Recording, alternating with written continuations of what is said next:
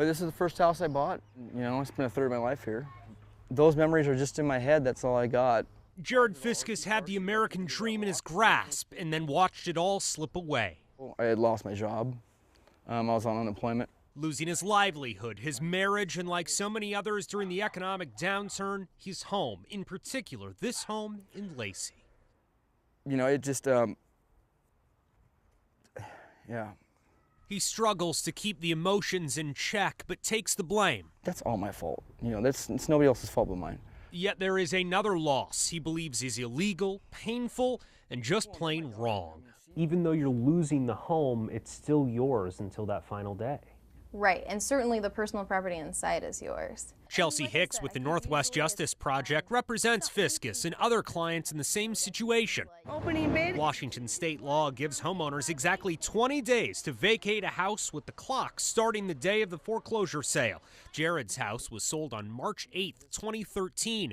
In his lawsuit against Safeguard Properties, he claims that just 10 days later, Everything else was already gone. Gone.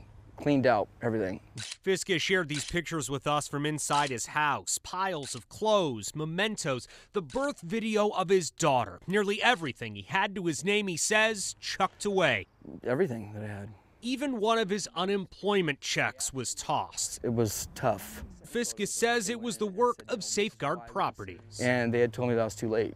And I said, too late for what? You know? And they said, all your stuff's gone. And I said, well, where is it? And they said, it's at the dump. When banks take back a home, they hire companies like Safeguard to do what's called a trash out. Workers go in to secure the property, change the locks, and throw out items left behind by the owners. But there are rules, and Fiscus said Safeguard broke them, and he's not alone. Digging through court records, the Como 4 investigators uncovered dozens upon dozens of similar cases filed against Safeguard in federal and state courts across the country. The state of Illinois sued Safeguard over its alleged illegal trash-out tactics. That case is still happening. Locally, the Washington Attorney General's office can't reveal the status of any ongoing investigations it may have. The agency did confirm 10 active complaints filed against Safeguard.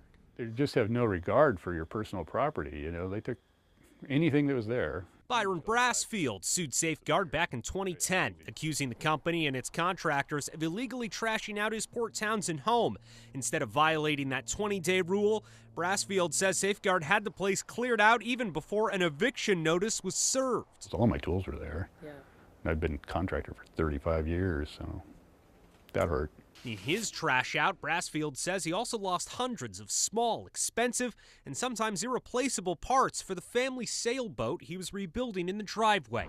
He says the only thing that kept Safeguard from moving the 20,000-pound boat, now repaired and moored in Port Angeles, was the estimated tow bill of $5,000. Took everything off the property, including toilet paper, you know, you name it.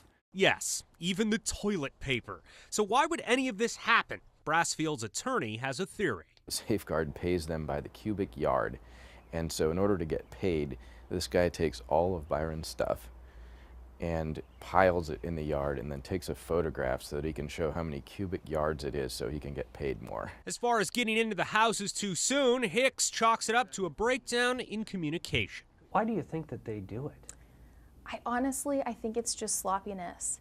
She believes Safeguard and the banks are so overwhelmed with foreclosure cases that 20-day waiting period gets lost in the shuffle. Safeguard told us it can't talk about current or previous cases, but says its goal is to clean up blighted properties. Quote, "It is important to us that we are an active participant within the communities in which we work." They didn't care. Walking in the house, knowing that there is stuff in there, especially the pictures, the photo albums, and they went through everything. They saw what they were throwing away.